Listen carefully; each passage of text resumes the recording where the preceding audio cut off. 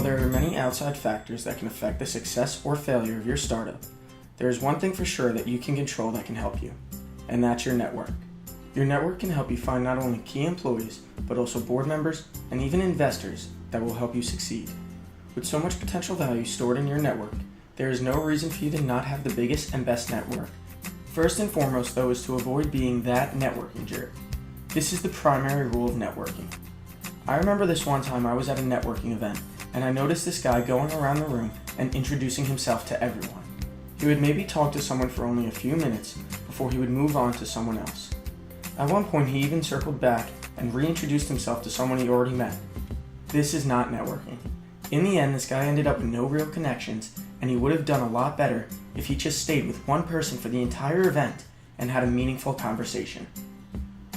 So after you learn to stay with one person and you exchange business cards, what's next? Well, if you want to include this person in your network, the most important thing to do is to follow up. Shoot the person a quick email thanking them for their time, or maybe asking them if they'd like to grab a quick coffee to talk again. This step is especially important if you would like to do business with this person. One of the best ways to follow up with new contacts is to invite them out for a meal. Hence, you never want to eat alone. But networking is more than just sharing meals. It's sharing your life. Keith explains that the best networkers include others in their lives as much as possible.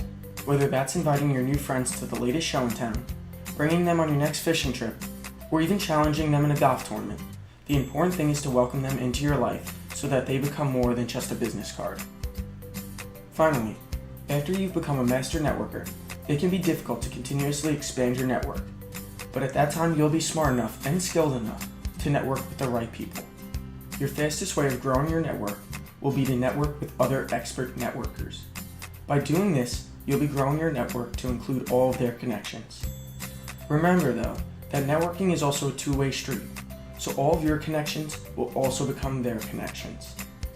But the most important thing to remember when you are networking is that networking is about building relationships.